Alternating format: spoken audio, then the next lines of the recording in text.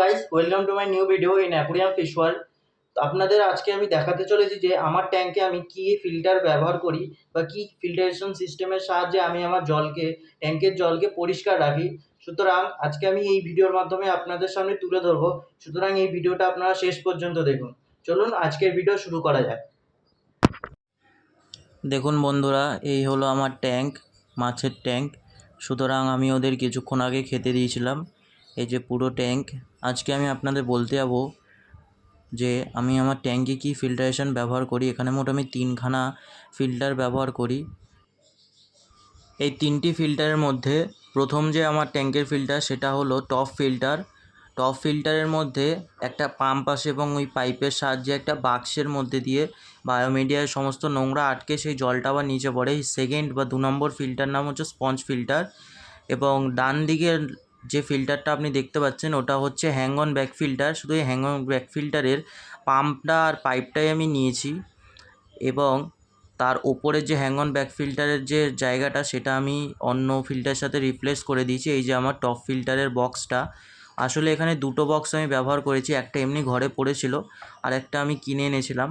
এই যে দেখুন কত নোংরা জমা হয়েছে। এটা হচ্ছে বায়োমিডিয়া, একটা তুলোর মতো, তো আপনারা হয়তো জানবেন। এর নিচে আবার স্পঞ্জ দেওয়া রয়েছে। আমার স্পঞ্জটা দেখালাম না, ওটা তুললে আবার নোংরা ট্যাঙ্কে পড়ে যাবে। সুতরাং আপনারা দেখুন, এই যে আমার হ্যাং অন ব্যাক ফিল্টারের যে বক্সটা, যেটা আমি ডিআইওয়াইভাবে ঘরেই বানিয়েছিলাম, এটার মধ্যে বায়োমিডিয়া এবং বায়ো স্পঞ্জ রয়েছে এটার মধ্যে। এই যে এটা হলো হ্যাং অন ব্যাক ফিল্টারের ছোটো পাম্প।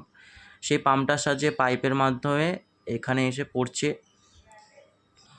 এই বাক্সের মধ্যে জল ফিল্টার হয়ে আবার সেই জল ট্যাঙ্কেই পড়ে যাচ্ছে। সুতরাং এইভাবেই দুটো টপ ফিল্টারই হলো আমার মেন ফিল্টার।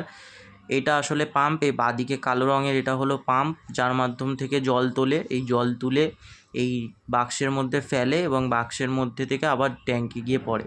এই মাঝখানেরটা হলো আমার ডবল বায়ো স্পঞ্জ ফিল্টার।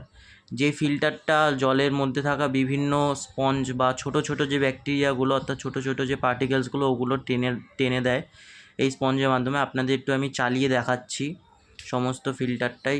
একটু আপনি অপেক্ষা করুন এবং আমার এই ভিডিওটা সঙ্গে থাকুন। এই ভিডিওটি দেখতে দেখতে যদি আমার এই ভিডিওটি আপনার ভালো লাগে বা পছন্দ হয়, সুতরাং এই ভিডিওটিকে একটি লাইক, একটি কমেন্ট, একটি শেয়ার করে যাবেন।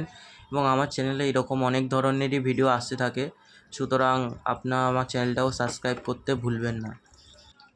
এই যে আমি দেখিয়ে দিচ্ছি, জল এরকমভাবেই আসে পাইপের মাধ্যমে এবং ওইটা আবার ফিল্টার হয়ে নিচে যায়। নিচে আবার স্পঞ্জ রয়েছে আমার, ওই স্পঞ্জ থেকে জলটা আবার ফিল্টার হয়, আবার ফিল্টার হয়ে গিয়ে একেবারে ডাইরেক্ট জলে অর্থাৎ ট্যাঙ্কে গিয়ে পড়ে। অর্থাৎ ট্যাঙ্কেই সমস্ত যে পরিষ্কার জলটা সেটা গিয়েই পড়ে। আপনারা দেখতে থাকুন ভিডিওটা, দেখতেই পাচ্ছেন জলের একটা বুদবুদি উঠছে।